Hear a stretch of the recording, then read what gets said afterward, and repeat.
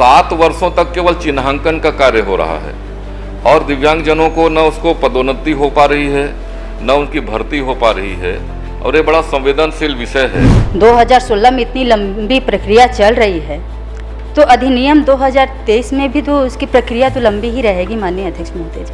पदों का चिन्हांकन जैसी प्रक्रिया में 9 साल लगता है, तो ये दिव्यांगजनों के लिए विभाग को और ज्यादा संवेदनशील होना चाहिए।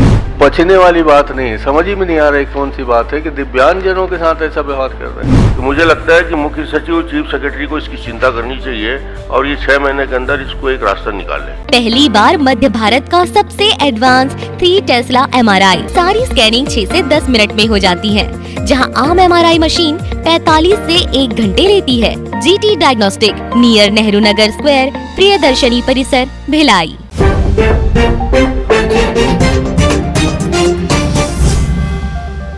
प्रश्नकाल क्रमांक 1 श्री प्रबोध मिंज।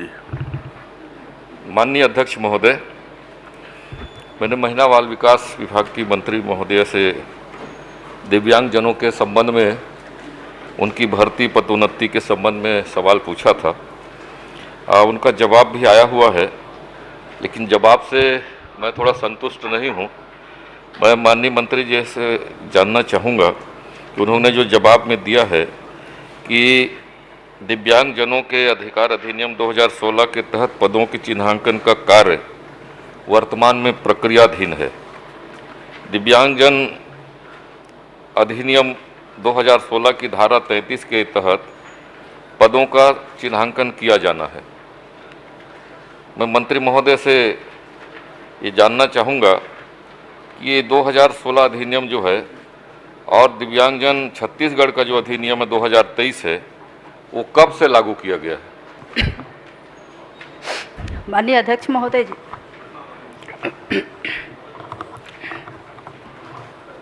माननीय सदस्य,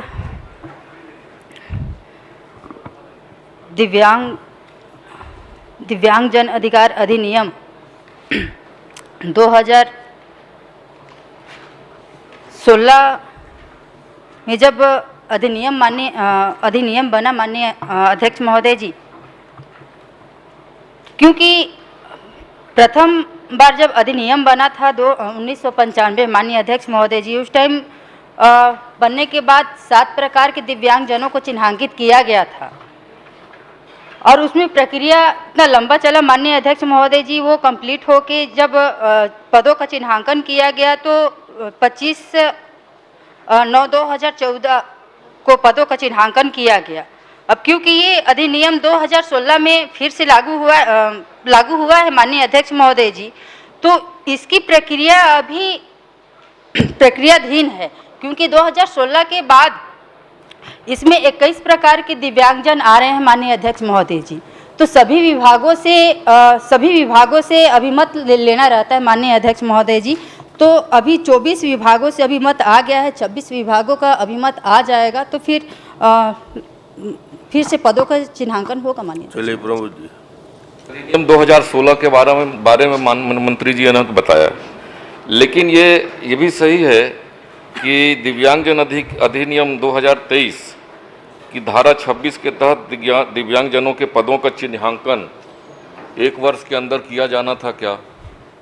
माननीय अध्यक्ष महोदय जी, जब अधिनियम बनता है तो उसकी प्रक्रिया होती है, और जब 1995 में इतनी लंबी प्रक्रिया चली, 2016 में इतनी लंबी प्रक्रिया चल रही है, तो अधिनियम 2023 में भी तो उसकी प्रक्रिया तो लंबी ही रहेगी माननीय अध्यक्ष महोदय जी।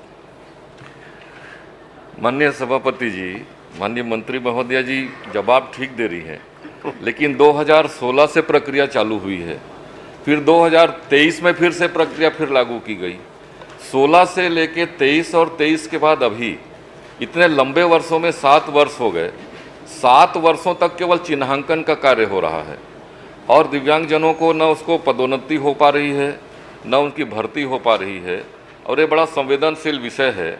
और इसमें चूँकि टोटल कुल मिलाएंगे हम लोग तो 9 साल करीब निकल गए, 2025 आ गए और इतने लंबे अंतराल तक केवल प्रक्रियाधीन है, उसकी कार्रवाई चल रही है, तो दिव्यांगजनों के साथ ये तो अन्याय है। तो मैं मंत्री महोदय से चाहूँगा कि यदि इसमें इतने लंबे वर्षों में यदि कोई यदि अधिकारी या उनके द्वारा कोई कार्रवाई नहीं हो रही है तो क्या आप उनके ऊपर कार्रवाई करेंगे क्या? माननीय अध्यक्ष महोदय जी,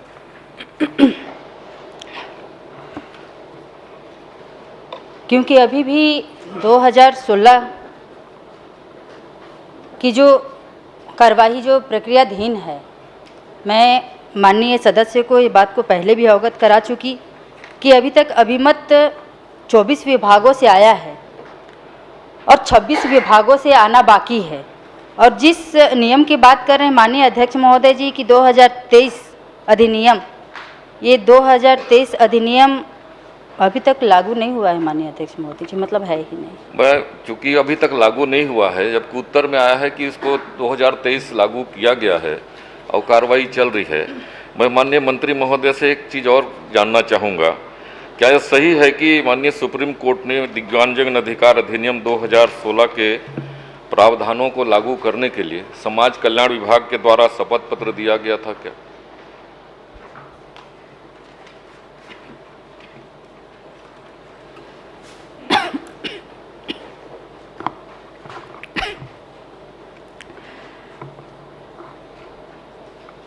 माननीय अध्यक्ष महोदय जी, क्योंकि है ये संवेदनशील, क्योंकि दिव्यांगजन से जुड़ा हुआ चीज़ है माननीय अध्यक्ष महोदय जी, कहीं ना कहीं भर्ती में दिक्कतें हो रही होगी, लेकिन 2016 के एक्ट के अनुसार भर्तियां की जा रही है माननीय अध्यक्ष महोदय जी। रही बात शपथ की, तो माननीय अध्यक्ष महोदय जी इसमें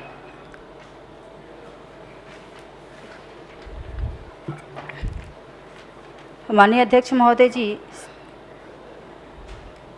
दिव्यांगजन अधिकार अधिनियम 2016 की धारा 34 में सीधी भर्ती के पदों में दिव्यांगता से ग्रस्त व्यक्तियों के लिए 4% से अशून्य का प्रावधान है, जबकि छत्तीसगढ़ राज्य में सामान्य प्रशासन विभाग के परिपत्र दिनांक 29/8/2018 अनुसार सीधी भर्ती के पदों में दिव्यांगता में ग्रस्त व्यक्तियों के लिए 7% आरक्षण का प्रावधान किया जा रहा है माननीय अध्यक्ष महोदय जी। नहीं, माननीय अध्यक्ष महोदय, प्रमोद जी का प्रश्न बहुत छोटा है। 2016 से 2025 आ गए और 9 साल के पूरे कार्य अवधि निकल गया और पदों का चिन्हांकन जैसी प्रक्रिया में 9 साल लगता है, तो ये दिव्यांगजनों के लिए विभाग को और ज़्यादा संवेदनशील होना चाहिए। और यदि इस 9 साल तक यदि हम सिर्फ उनके पदों का चिन्हांकन करते रहेंगे तो इतना महत्वपूर्ण विषय में बहुत पीछे हो जाएंगे। इसलिए कृपा करके इसको आप कोई समय सीमा बैठ के, उनके यही विषय है कि समय के अनुसार हो जाए, 6 महीने, 3 महीने, 4 महीने में जब भी आप कर सकते हैं, जल्द से जल्द इसका चिन्हांकन हो जाए। प्रश्न क्रमांक 2 श्री अनिल भेड़िया जी। इसमें मैंने तो कर लिया आपका प्रश्न, आपका ही प्रश्न मैं कर रहा हूँ। हाँ सर, आपसे थोड़ा और आप में जोड़ना है मुझे। चलिए सर।